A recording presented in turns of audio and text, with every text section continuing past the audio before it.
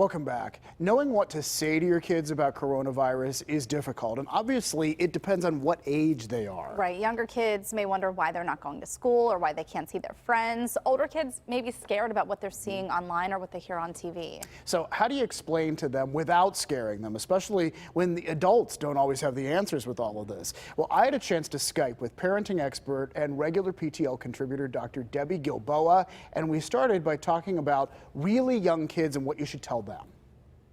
So for preschoolers, there's two really important things. One is we don't need to jump above their developmental level and try and teach them about microbiology or epidemiology or things like that. But if we lie to them, they will know. So short, honest answers, and then wait and see if they ask you a follow-up question. So we need to stay home because there's a new illness, and this is how we prevent more people from getting sick. And I thought that made a lot of sense. Wait for their questions, too.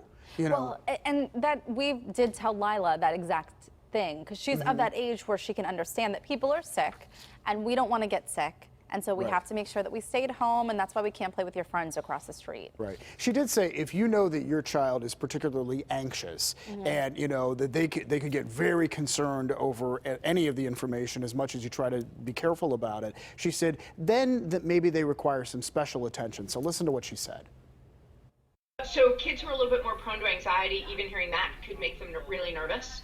And also they are picking up on our uncertainty and our fears. So a few things. One is we can take care of ourselves and do our best to prevent from getting sick. We can also say this is less dangerous for kids and for mommy and daddy age people than it is for grandparent age people.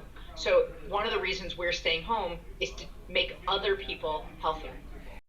She's so smart. She is so smart. She is. Yeah, sometimes she has a different take sometimes than I would ever think. And when she speaks, it's like, of course, it's like a light goes off, you know? Well, you know what, I think a lot of people are anxious, even if you're not generally anxious about what's going on right now. So it's natural for kids to also feed off of that. So some really good tips from her. Yeah, they get the vibe that you put out, actually. Yeah. So we also talked about older kids, and she says this is a chance to teach them about sacrificing to help others. And she even pointed to some research that explained the right way that kids actually will respond to this if you explain it to them the right way.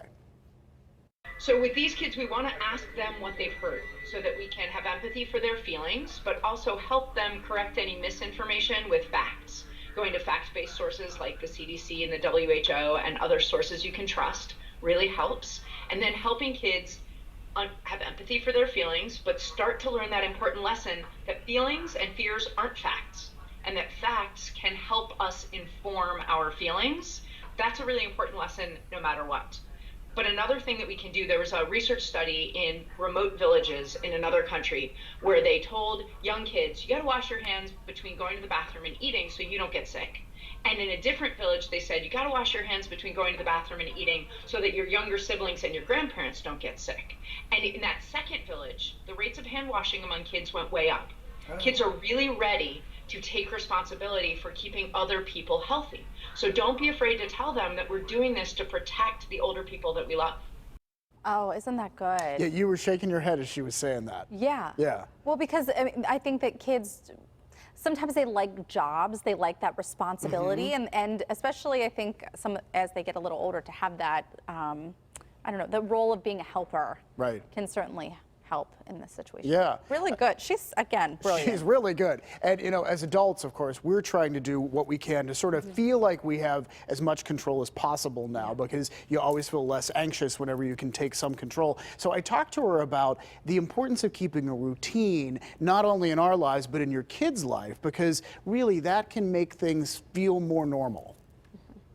If it didn't work, every kindergarten teacher in the world wouldn't do it. And they do. They all have a schedule that they follow. Now, can you flex it a little bit? Of course you can. You can teach flexibility. But having that schedule on the wall, and I'm not a schedule person, and yet with my kids, we've set up a schedule, and we're using it regularly, and it really helps them to get up in the morning and change clothes, take a shower if that's their thing, still have chores, still have some downtime, but have some learning time, have times when you turn off screens. Another thing you can really do to help your kids is not have the TV on 24/7, not be listening to all the news.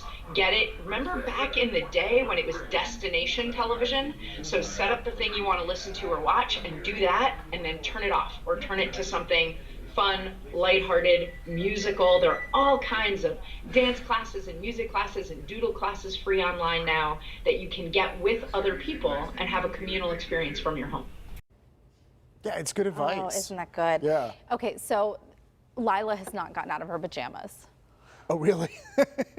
She's like, but why? We're home. And I get understand, it. Lila. Right? I really do. Yes. Do you not understand that? I mean, Yeah. I totally Well, it's get interesting it. to watch like other people who are on TV who are now broadcasting from home. Yeah. And like Ray Petlin yesterday did the weather in the noon, and he had a sport coat on, you know, to do the weather, but he's at his house. Steve Hartman looked like, what did he have on? Like a regular, Yeah. not a suit, but you know. Yeah, dress Yeah, for the but day. not his pajamas either.